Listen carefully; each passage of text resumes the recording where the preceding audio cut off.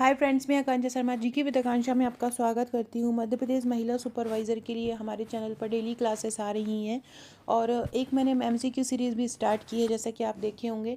तो वहाँ पे मैं जितना ज़्यादा से ज़्यादा प्रैक्टिस हो सके वो आप लोगों को करवा रही हूँ। इसके मैंने 5 पार्ट ला दिए हैं, आप देख लीजिएगा। बाकी मैं कमेंट बॉक्स में इसकी लिंक भी डाल दूँगी, तो आप वहाँ से भी सर्च कर सकते हैं। तो उससे आपको क्या होगा, पूरे जितने भी वीडियो प्रैक्टिस सेट के आ रहे हैं वो मिलते रहेंगे। साथ में डिस्क्रिप्शन बॉक्स में और कमेंट बॉक्स में हमारे एक व्हाट्सएप ग्रुप की लिंक भी मिल जाएगी, जहां आपको वीडियो की भी इंफॉर्मेशन मिलती रहेगी डेली। और साथ ही साथ हम वहां पे एक निःशुल्क क्विज भी कराते हैं, आपको क्वेश्चन कराते हैं डेली, तो उससे भी आपकी तैयारी होती रहेगी। वीडियो पूरी तरह निःशुल्क है, आप इसको देख सकते हैं। बहुत ही शानदार तैयारी आपको वीडियो के माध्यम से कराई जा रही है। न्यू है चैनल पर तो चैनल को सब्सक्राइब करके लाइक कीजिएगा और कमेंट जरूर कीजिएगा, ताकि मुझे पता चले कि कौन कौन मेरे चैनल पर केवल सुपरवाइज़र की वीडियो देखने के लिए आए हैं। तो चलिए स्टार्ट करते हैं। देखो, हाल ही में अभी जो नई कुपोषण नीति है वो 2020 में आई है। आपको ध्यान रखना, आपसे ये भी पूछ सकते हैं कि वर्तमान में जो कौन सी कुपोषण नीति चल रही है। तो वो आपको याद रखना है, वर्तमान में जो कुपोषण नीति चल रही है ना, वो 2020 वाली चल रही है। कौन सी कुपोषण नीति चल रही है? 2020 वाली। मध्य प्रदेश कुपोषण नीति 2020 के तहत किस वर्ष तक कुपोषण को समाप्त करना है? कब तक का लक्ष्य है? 2025, 2030, 2035 या 2040? जो नई कुपोषण नीति आई है उसने क्या बोला है कि जो कुपोषण है उसको कब तक खत्म करना है। तो नई कुपोषण नीति आई है, उसने बोला है कि हमको 2030 तक कुपोषण को खत्म करना है। कुपोषण को कब तक खत्म करना है? 2030 तक कुपोषण को खत्म करना है। जो पोषण होता है, पोषण मतलब शरीर में जितने भी खाद्य पदार्थ होते हैं सभी का अगर समान अनुपात में मिलता है हमारे शरीर में, तो वो पोषण के अंतर्गत आ जाता है। उस पोषण जो होता है वो 2 प्रकार का होता है। एक होता है सुपोषण और एक होता है कुपोषण। कुपोषण मतलब क्या? कुपोषण के भी 2 प्रकार होते हैं। कुपोषण का होता है एक अति कुपोषण और एक अल्प कुपोषण। सुपोषण का मतलब क्या होता है? जब हम जितने भी विटामिन्स हैं, कार्बोहाइड्रेट है, प्रोटीन्स हैं, फाइबर्स हैं, इनको सही अनुपात में लेते हैं, जिससे हमारा शरीर जो होता है अच्छे तरीके से ग्रो करता है, फिट एंड फाइन रहता है, तो उसको हम बोलते हैं सुपोषण। कुपोषण क्या होता है? कुपोषण 2 प्रकार के होते हैं। एक होता है अति पोषण और एक होता है अल्प पोषण। अति पोषण मतलब ज़रूरत से ज़्यादा खा लिया, ज़रूरत से ज़्यादा इनटेक कर रहा है, जैसे कि मोटापा हुआ, वो अति पोषण के जब कारण हुआ। जो अल्प पोषण होता है वो जैसे कि गरीब लोग हैं, नहीं खाने को मिल पाता है उनको, तो वो उनके साथ जो बीमारियां हो जाती हैं वो अल्प पोषण के अंतर्गत आती हैं। तो इसी कुपोषण को खत्म करने के लिए ये नीति चलाई गई है, मध्य प्रदेश कुपोषण नीति। इसमें अलग अलग लक्ष्य तय किए गए हैं, उसी के अनुसार उस लक्ष्य को मानकर ही आगे की रणनीति बनाई जा रही है। तो इसमें बोला है कि कुपोषण को कब तक समाप्त करना है? 2030 तक समाप्त करना। एक और बात याद रखिएगा, जो टीबी बीमारी है उसको भी 2030 तक समाप्त करना है। एक है सिकल सेल एनीमिया, ये एक आनुवांशिक बीमारी है, भी याद रखिएगा, ये रोग आपके टॉपिक में सिलेबस में है। एक टॉपिक है सिकल सेल एनीमिया, है ना। सिकल सेल एनीमिया क्या होता है कि जब आपकी जो ब्लड सेल्स रहती हैं, वो गोल गोल होती हैं आपके शरीर में। जो रक्त कोशिकाएं होती हैं वो आपके शरीर में कैसी होती हैं? गोल गोल होती हैं। जब भी आपको सिकल सेल एनीमिया हो जाए, सिकल सेल का मतलब होता है हंसिया, तो जब भी आपको सिकल सेल एनीमिया रोग हो जाता है तो आपकी जो गोल गोल वाली कोशिकाएं हैं वो इस तरह के आकार की हो जाती हैं, हंसिए के आकार की। इसलिए इस बीमारी को सिकल सेल एनीमिया बोला जाता है। इसमें खून की कमी हो जाती है सिकल सेल एनीमिया में, और ये आनुवांशिक बीमारी। सिकल सेल एनीमिया को जो खत्म करने का लक्ष्य रखा है वो 2047 तक रखा है। टीबी को कब तक खत्म करने का लक्ष्य रखा है? 2030 तक। कुपोषण नीति को के तहत किस वर्ष तक कुपोषण को समाप्त करना है? 2030 तक। तो ये सभी फैक्ट याद रखिएगा। वह न्यू है, अगर चैनल पर पहली बार वीडियो देख रहे हैं तो कमेंट जरूर कीजिएगा, ताकि मुझे पता रहे कि क्योंकि स्पेशली मेरा जो चैनल है वो एमपीपीएससी पर बेस्ड है। एमपीपीएससी वाले लोग ज़्यादा मेरे चैनल को फॉलो करते हैं, मतलब वही मेरा टारगेट रहता है। लेकिन सुपरवाइज़र की तैयारी भी मैं ऐसी करवाऊंगी ना कि आपका 100% सिलेक्शन होगा। तो आप लोग सभी लोग जो भी न्यू जुड़े, कमेंट करके ज़रूर बताइएगा। अगला क्वेश्चन है, मध्य प्रदेश कुपोषण नीति के तहत मातृ मृत्यु दर को कितना करने का लक्ष्य रखा है? मातृ मृत्यु दर को कितना करने का लक्ष्य रखा है? मातृ मृत्यु दर जिसको हम एमएमआर भी बोलते हैं, उसको कितना करने का लक्ष्य रखा गया? एमएमआर का मतलब होता है maternal mortality rate. Maternal mortality rate, ये भी याद रखो, कभी पूछ लिया, क्योंकि भरोसा नहीं है, व्यापम में क्या है, अलग अलग सेक्टरों में एग्जाम होना है तो कभी भी कुछ भी पूछ सकते हैं। तो क्या होता है ये मातृ मृत्यु दर या MMR क्या होता है? तो क्या होता है, गर्भावस्था के स्थान या अवधि की परवाह किए बिना एक ही समय अवधि के दौरान प्रति 1 लाख जीवित जन्मों पर एक विशिष्ट समय में गर्भाशय या समाप्ति के कारण मातृ मृत्यु की जो संख्या होती है उसको हम मातृ मृत्यु दर कहते हैं। मतलब प्रति 1 लाख जन्मे बच्चों पर जो माताओं की मृत्यु हो जाती है, कितनी मृत्यु हो जाती है माताओं की, उस संख्या को हम मातृ मृत्यु दर कहते हैं। वर्तमान में जो है वो 73 है, ये वर्तमान की रेट है। लेकिन ये क्या पूछा है उन्होंने, कितना करने का लक्ष्य है? 70 करने का लक्ष्य है, ये याद रखो। मातृ मृत्यु दर ये अभी वर्तमान में 73 है, लेकिन इसको कितना करने का लक्ष्य है? इसको 70 करने का लक्ष्य है। क्या होती है मातृ मृत्यु दर, कितनी संख्या पर निकाली जाती है? तो प्रति 1 लाख जनसंख्या पे निकाली जाती है। प्रति 1 लाख जनसंख्या पे जो बच्चे होते हैं, प्रति 1 लाख जनसंख्या में जो बच्चे होते हैं, उस पर बच्चा होते समय कोई प्रॉब्लम आ गया, कोई कॉम्प्लिकेशन आ गया, तो जो माताओं की मृत्यु हो जाती है उसको हम मातृ मृत्यु दर बोलते हैं। तो अभी वर्तमान में 73 है, हमको लाना कितना है? हमको लाना 70 है, याद रखिएगा। एक और क्वेश्चन आपसे पूछ सकते हैं कि MMR का टीका भी लगाया जाता है 4 सप्ताह के अंदर। जैसे ही बच्चा होता है उसको MMR का टीका भी लगाया जाता है। MMR से याद आ गया, इसलिए मैं आपको ये बता दिया। एक MMR करके वैक्सीन भी आती है। तो जो बच्चों को शुरू के 12 से 13 महीने होते हैं उसमें पहली खुराक दे दी जाती है MMR की पहली खुराक दी जाती है 12 से 13 महीने में, और दूसरी खुराक दी जाती है 3 से 4 साल के 3 साल से 4 महीने में दी जाती है। फ्रेंड्स, ये जो टीकाकरण है, टीके से संबंधित क्वेश्चन है, ICMR की रिपोर्ट है जो 2020 में आई है, किसको कितना पोषण चाहिए है, ये सब मैं आपको इतनी सरल भाषा में करवा दूंगी हमारे ग्रुप के माध्यम से। ग्रुप आपको मिलेगा हमारे नोट्स लेने पर। हमारा जो नोट्स है, ये मार्केट में जो बुक्स आती हैं प्रिंटेड थ्योरी लिखा हुआ होता है, ऐसी हमारी बुक्स नहीं है। हमारे जो सुपरवाइज़र के नोट्स हैं पूरी तरह हैंड रिटन है, बहुत ही ईजी लैंग्वेज में कवर किए गए हैं। टोटल हम आपको उसमें 7 बुकलेट प्रोवाइड कराते हैं। टोटल उसमें 7 बुकलेट हैं, जिसमें आपको एक बुकलेट तो 3000 प्लस MCQ की है, एक बुकलेट आपको 1 लाइनर की मिलती है, और 5 बुकलेट आपको थ्योरी की मिलती है। थ्योरी भी थ्योरी जैसी थ्योरी 1 लाइन वो हैंड रिटन है और बहुत ही ईजी लैंग्वेज में कवर की गई है। अभी आपको मैं कुछ पेजेस बताऊंगी उसके, तो आप देख सकते हैं। कहीं पर भी भारत में रहते हो 7 से 8 वर्किंग डेज में ये आपके पास नोट्स आपके पहुंच जाएंगे, बहुत ही ईजी लैंग्वेज में कवर करते हुए। साथ में हम एक आपको ग्रुप दे रहे हैं, उस ग्रुप में आपकी शानदार तैयारी करवाई जा रही है, शानदार डेली क्वेश्चन दिए जा रहे हैं। क्वेश्चन भी ऐसा नहीं कि दे दिए, बहुत ईजी लैंग्वेज में कर करके एक एक फैक्ट, जैसे कि हम कोई फैक्ट देंगे, जैसे कि हम गर्भ अवस्था का ही दे देंगे तो पहले 3 महीने की अवस्था में क्या क्या क्वेश्चन आ सकते हैं। मतलब इस प्रकार से टॉपिक को तोड़ तोड़ कर, मतलब आपको परेशान नहीं होना है, आपको एक जगह पे सारा मटेरियल मिल रहा है, वो भी बहुत ईजी लैंग्वेज में मिल रहा है।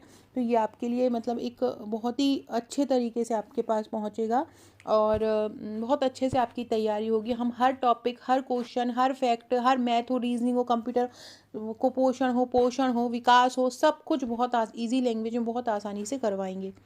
अगला क्वेश्चन है, नोट्स के लिए आप हमें इस नंबर पर संपर्क कर सकते हैं। हमारा नंबर है 6260190944। यहाँ पर आपको मुझे बोलना है कि आपको नोट्स लेना। हमारा जो नोट्स का चार्ज है वो 1399 प्लस 100 है। इसमें आपको केवल ऑनलाइन नहीं, आपको ऑफलाइन नोट्स मिलेंगे, मतलब आपके घर पर आपके नोट्स पहुँचेंगे, हार्ड कॉपी पहुँचेगी, और एक ग्रुप मिल जाएगा ऑनलाइन तैयारी के लिए, जहाँ हम ऑनलाइन तैयारी करवाएंगे।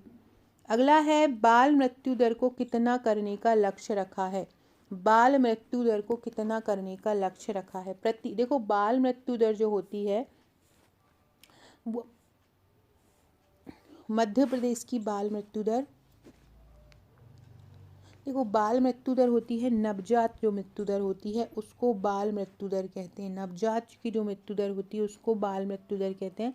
और ये बाल मृत्यु दर होती है प्रति 1000 जनसंख्या पे जो बच्चे जन्म लेते हैं उनकी मृत्यु को हम बाल मृत्यु दर कहते हैं। अब मध्य प्रदेश में सर्वाधिक मृत्यु दर है पूरे भारत की। मध्य प्रदेश में अगर बात की जाए तो मध्य प्रदेश में सर्वाधिक मृत्यु दर है 48 प्रति 1000 मृत्यु, मतलब प्रत्येक 1000 बच्चों के जन्म लेने पर 48 बच्चे हमारे मध्य प्रदेश में मर जाते हैं। तो बाल मृत्यु दर का जो लक्ष्य रखा गया है, कितना करने का लक्ष्य रखा गया है, बाल मृत्यु दर को 20 करने का लक्ष्य रखा गया है। याद रखना ये भी 2030 तक है। तो बाल मृत्यु दर को कितना करने का लक्ष्य रखा गया है, 20 करने का लक्ष्य रखा गया है। अब ये जो 48 जो रिपोर्ट आई थी 2011 की जनगणना के अनुसार आई थी, फिर उसके बाद 2022 में फिर जनगणना हुई थी, तो उसमें जो बाल मृत्यु दर है वो 33 हो गई थी। 2022 में एक स्वास्थ्य सर्वेक्षण आया था, उसमें ये 22 हो गई थी।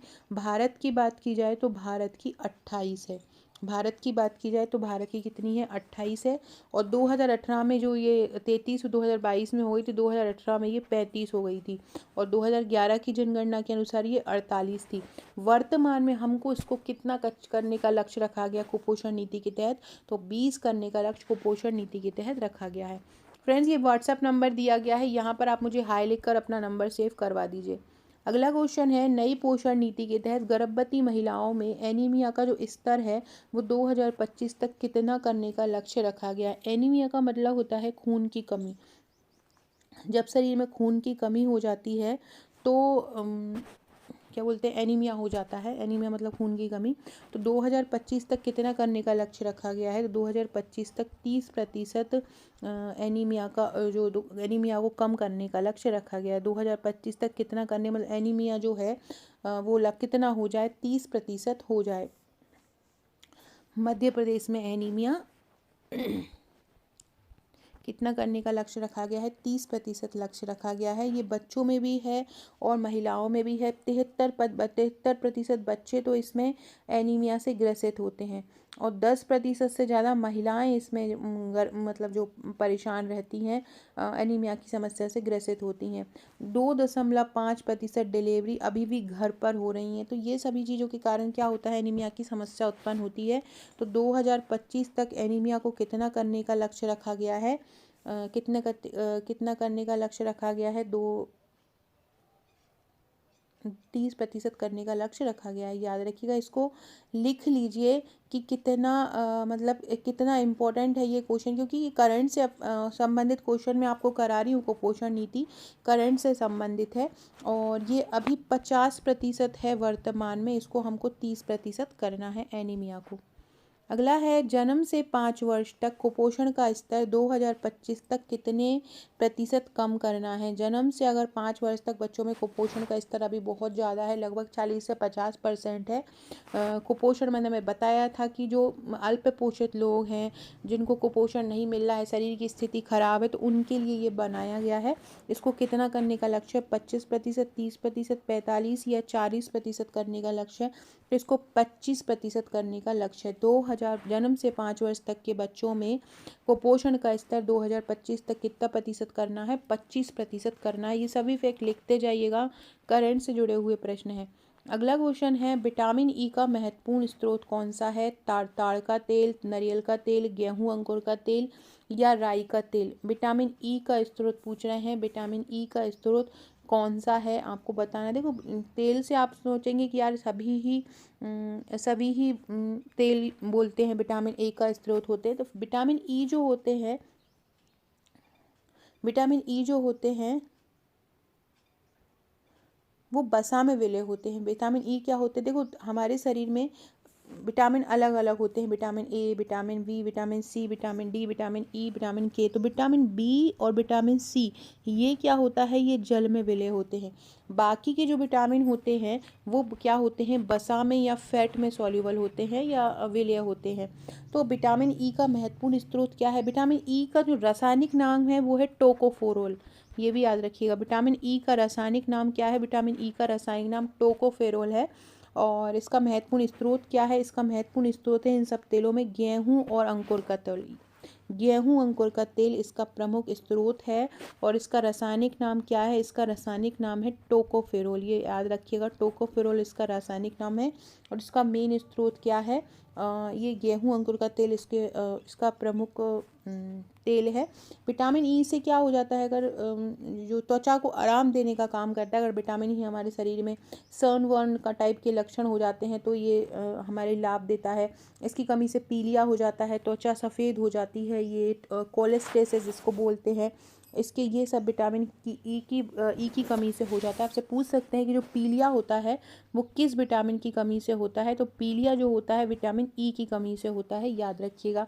और आंत की परेशानी में विटामिन ई की कारण होती है। इसमें जैतून हुआ, पपीता हुआ, मूंगफली हुआ, ये विटामिन ई के अच्छे स्रोत हैं, इनको देना चाहिए। बादाम, अखरोट, मूंगफली, ये विटामिन ई के लिए दिए जाते हैं। इसके अलावा गेहूं अंकुर का तेल भी इसके लिए इम्पोर्टेंट होता है। अगला है किससे हमें ऊर्जा प्राप्त नहीं होती। देखो, वसा से हमें बहुत ज़्यादा ऊर्जा प्राप्त होती है, करीब 9.3 कैलोरी ऊर्जा प्राप्त होती है। हार्मोन तो हमें ऊर्जा नहीं देते हैं, लेकिन हमारी ग्लैंड सीक्रेट जो ग्रंथियां होती हैं वो सीक्रेट करते हैं हार्मोन। प्रोटीन जो होते हैं वो भी हमें ऊर्जा देते हैं, लेकिन विटामिन जो होते हैं वो हमें ऊर्जा नहीं देते हैं। विटामिन हमें ऊर्जा नहीं देते हैं। विटामिन की खोज पंक ने की थी, और ये हमें ऊर्जा नहीं देते हैं, बल्कि ये हमारे शरीर को रक्षा प्रदान करते हैं, मतलब हमारे शरीर को एक रक्षात्मक आवरण प्रदान करते हैं। विटामिन ऊर्जा नहीं देते, बाकी के सभी ये ऊर्जा देते हैं। फ्रेंड्स, ये हमारे महिला सुपरवाइज़र के नोट्स हैं, आप देख सकते हैं। इस तरह अलग अलग वॉल्यूम मिलती है। वॉल्यूम 1 में आपको पोषण और स्वास्थ्य मिलता है, करंट डाटा के साथ है। इसमें पोषण की सभी अवस्थाएं हैंड रिटन तरीके से बहुत ही ईजी लैंग्वेज में कवर है। टीकाकरण हुआ, गर्भवती की देखभाल हुआ, ICMR रिपोर्ट हुआ, सब कुछ इसमें बहुत ही ईजी लैंग्वेज में कवर है। दूसरा, योजना एवं संस्थाएँ हैं। योजना और के साथ साथ भारत, विश्व और मध्य प्रदेश की सभी संस्थाओं को इसमें कवर किया है। 500+ योजनाएँ इसमें। सभी नोट्स करंट अपडेटेड हैं, करंट से जोड़कर ही आपको हर चीज़ करना है। इसके लिए ही मैं आपको ग्रुप दे रही हूँ। ग्रुप हमारा पेड है, ये केवल उन्हीं लोगों को मिला है जिन्होंने हमारे नोट्स परचेज़ किए हैं। इस ग्रुप में बेहतरीन तैयारी आपकी करवाई जा रही है। गणित, तर्क शक्ति, कंप्यूटर की एक बुकलेट है, शिशु की प्रारंभिक देखभाल एवं शिक्षा है, 500+ वन लाइनर है, वस्तुनिष्ठ प्रश्न है, इसमें 3000+ MCQ हैं सुपरवाइज़र के। इसके अलावा नियम, अधिनियम, अधिकार, प्रबंधकीय गुण, शारीरिक संरचना, विकास की अवधारणा। इसके अलावा 1000 वर्ड लाइनर की आपको बुकलेट मिलती है। 2 बुकलेट आपको केवल प्रैक्टिस के लिए दी जा रही है, एक 3000+ MCQ की और एक वन लाइनर की। इस प्रकार से टोटल 7 बुकलेट मिलती हैं। 1399+ कुरियर चार्ज है इसका। एक व्हाट्सअप का ग्रुप मिलता है जहां पर हम तैयारी कराते हैं। ये मेरा नंबर है, यहाँ पर आप मुझे व्हाट्सअप करके जितना जल्द लेंगे उतना आपको ग्रुप में तैयारी होती रहेगी। एक रजिस्टर बनवाया है हमने ग्रुप के लिए, उस ग्रुप में मैं जो चीज़ें देती जा रही हूँ उसको आपको रजिस्टर पर नोट डाउन करके तुरंत याद करते जाना है। बहुत ही शानदार ये फैक्ट है। ये सभी जो मेरे वीडियो की PDF भी है, ये भी मैं वही ग्रुप में ही डाल देती हूँ, तो आप तुरंत प्रैक्टिस कर सकते हैं। तो अगर आप नोट लेना चाहते हैं तो ज़रूर हमारे नोट लीजिएगा, बहुत ही ईजी लैंग्वेज में किए गए हैं। आप देखना चाहते हैं तो आप मुझे व्हाट्सएप करके उसका रिव्यू ले सकते हैं और नोट्स परचेस करते हैं। जितना जल्दी प्लेस करेंगे ऑर्डर आप, उतना जल्दी आपके घर पहुंचेगा, उतना जल्दी आप तुरंत ग्रुप से जुड़ेंगे। आपको मुझे व्हाट्सएप करके बोलना है कि आपको नोट्स लेना है, इसी नंबर पर व्हाट्सएप करके, और फिर मैं आपको इस एड्रेस का प्रारूप दूंगी। आपको एड्रेस, पिन कोड, अपना 2 मोबाइल नंबर सहित डालना है। इसके बाद आपको पेमेंट करना होगा। पेमेंट करने के 6 से 7 वर्किंग डेज में पहुंच जाएगा और तुरंत आपको हम ग्रुप से जोड़ लेंगे और ग्रुप में आपकी तैयारी स्टार्ट हो जाएगी। ये इस तरह का प्रैक्टिस सेट आपको मिलेगा, आप देख सकते हैं। ये इस तरह का प्रैक्टिस सेट वाइंडिंग किया हुआ, अच्छा 3000+ प्रश्नों का प्रैक्टिस सेट आएगा। अगला है, इनमें से कौन सी शर्करा ऐसी है जो तत्काल ऊर्जा प्रदान करती है? माल्टोज, लैक्टोज, ग्लूकोज या सेल्यूलोज? तो देखो, ये माल्टोज हुआ, ग्लूकोज हुआ, लैक्टोज हुआ, ये मोनोसेकेराइड है। मैंने कार्बोहाइड्रेट को बहुत अच्छे तरीके से पढ़ाया। हमारी एक क्लास थ्योरी की रहती है हर चैनल पर, तो एक क्लास में थ्योरी की लेती हूँ और एक अगले दिन मैं MCQ करवाती हूँ। तो मैंने कार्बोहाइड्रेट की थ्योरी क्लासेस में आपको पूरे जितने भी सेकेराइड हैं बहुत अच्छी तरह से ईजी लैंग्वेज में करवा दिए हैं। नहीं देखें तो देख लीजिएगा। तो उसमें आपको मैंने बताया था कि कौन सी शर्करा को क्या बोलते हैं, कौन सी शर्करा से क्या हो जाता है। तो उसी में मैंने आपको ये टॉपिक भी करवाया था, कौन सी शर्करा तत्काल ऊर्जा प्रदान करती है, माल्टो, लैक्टोज, सेल्यूलोज या ग्लूकोज? तो इसका आंसर है ग्लूकोज। इनमें से जो तत्काल ऊर्जा प्रदान करती है उसका नाम है ग्लूकोज। क्या है? ग्लूकोज।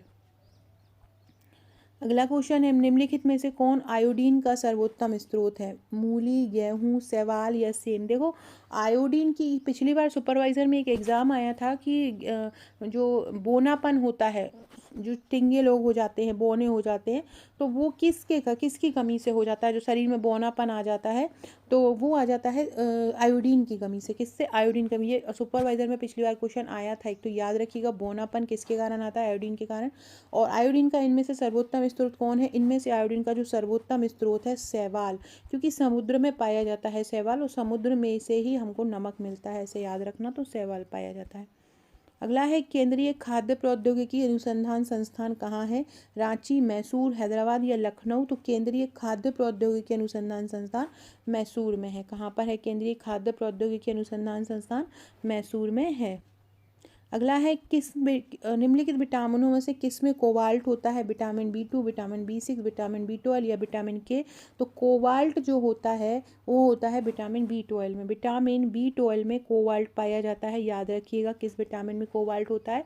तो विटामिन B12 में कोबाल्ट होता है। बहुत इंपॉर्टेंट क्वेश्चन है भाई। कमेंट बॉक्स में बताइएगा कि विटामिन C की कमी से कौन सा रोग हो जाता है? विटामिन C जो होता है, विटामिन C जिसको हम बोलते हैं, इसकी कमी से कौन सा रोग हो जाता है? कमेंट करके बताइएगा विटामिन C की कमी से कौन सा रोग हो जाता है। न्यू है तो कमेंट जरूर करिएगा सब लोग। और ये मेरा नंबर है, इस पर व्हाट्सअप कीजिएगा। अगला है मानव शरीर में विटामिन ए कहाँ भंडारित होता है? हाथ में, वृक्क में, यकृत में या त्वचा में? तो विटामिन ए जो होता है लीवर या यकृत में भंडारित होता है। कहाँ पे होता है? यकृत में भंडारित होता है विटामिन ए। याद रखिएगा, ये भी क्वेश्चन पूछा गया था सुपरवाइजर में। यकृत का स्टोर हमारे शरीर में कौन करता है? सॉरी, विटामिन ए का स्टोर हमारे शरीर में कौन करता है? तो यकृत करता है या लीवर करता है। शहद का मुख्य घटक कौन सा है? ग्लूकोज, माल्टोज, फ्रक्टोज या गिलेक्टोज? फ्रक्टोज जो है शहद का मुख्य घटक है, और ये फलों में पाई जाने वाली शर्करा है, और ये शहद में भी पाई जाती है। तो ये कहाँ का है? फलों में पाई जाने वाली है, और ये शहद का प्रमुख घटक है। सो फ्रेंड्स, ये थे हमारे आज के क्वेश्चन। आई होप आपको पसंद आए होंगे। वीडियो अच्छा लगे तो लाइक शेयर सब्सक्राइब जरूर कीजिएगा, शेयर कीजिएगा और कमेंट जरूर कीजिएगा जो नए हुए हों। Okay friends, thank you.